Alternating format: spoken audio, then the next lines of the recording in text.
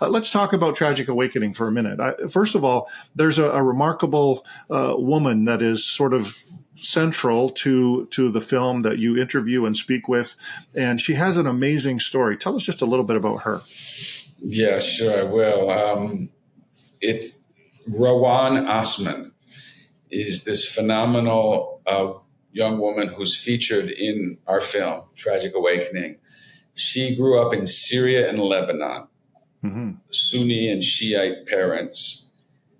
And as she will tell you, again, many people don't want to hear this, but she will tell you that meant she was an anti-Semite. You don't grow up in Syria and Lebanon to Sunni and Shiite parents, and you don't grow up as an anti-Semite. So she calls herself actually today a recovered anti-Semite. But she was really brainwashed to hate the Jews.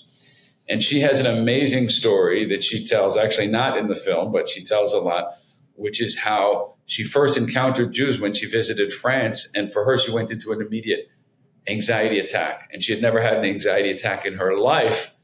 Yeah. But she freaked out because it was so ingrained in her that the Jews are evil and the Jews are going to kill any chance they have to kill her. And she was exposed to the Jews and she was like, oh my gosh, she flipped out. But then she realized they didn't seem so bad. And she got up the courage and got to know these people and realized the Jews are not her enemy, as she says it. And then she realized she was brainwashed. And she slowly went through a process which included going to Auschwitz with the first delegation of Arabs and Muslims that ever went to Auschwitz a few years ago. And she ended up becoming what she calls an Arab Zionist. And that's what she is today. And she's exploring her understanding of Judeo-Christian traditions. And after October 7th, this young hero, she reached out to me. I didn't know her at all. But as you mentioned, I run this organization, Open Door Media, which on social media is called Unpacked, like on YouTube channels and podcasts, it's called Unpacked. So when she decided after October 7th, she's had enough, she is going to speak out in Arabic to the Arab world about Israel and the Jewish people and try to straighten them out.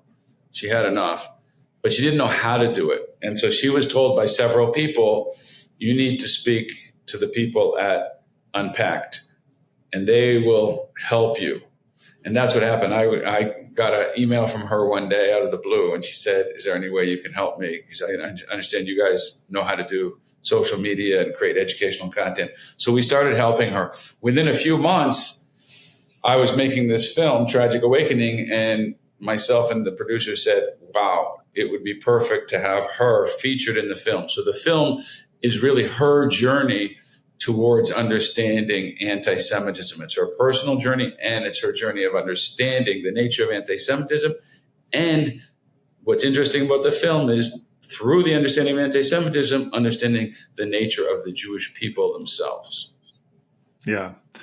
Well, it's brilliant, and having her and that journey as the centerpiece of the interviews and the information that you cover, I found it extremely engaging, especially knowing personally, the rift between sort of Jew and Arab. Not always, but of course we know that exists, and so I just found it amazing. So that was part of your journey to getting to the film. But what other reasons prompted you to produce this film? I assume October 7th was a big one.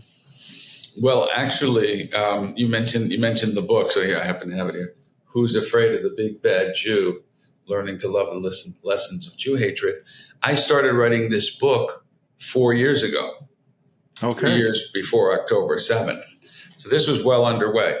And the reason it was well underway was because I started studying about this from my days at University of Toronto 40 years ago. And somehow I had this hunch, even then, as a young scholar, that if we understand anti-Semitism, I felt there's something deep, there's something spiritual, there's something meaningful beyond what most people say. Most people say it's just simple racism, it's just dislike of the other, and it's regular bias or scapegoat theory. They just need to blame their problems on somebody. And I felt that doesn't seem to explain the ferocity of it, the intensity, the universality, the fact that it's always happening. I just saw the ADL came up with a survey saying 46% of the world's population has anti-Semitic attitudes today. I mean, it just doesn't make sense. People don't know Jews are anti-Semitic. And so I felt there must be something deeper. And I studied Adolf Hitler. I studied the ideology of Adolf Hitler when I was at university. And I felt maybe if we understand what it is that he's saying, why is he saying he needs to wipe out the Jewish people? Maybe there will be something there that's revealing. And what I learned from him was that he had a very clear ideology. And it was basically might makes right, survival of the fittest type of an ideology against the Judeo-Christian ideology of peace on earth and brotherhood of all men and love your neighbor and God.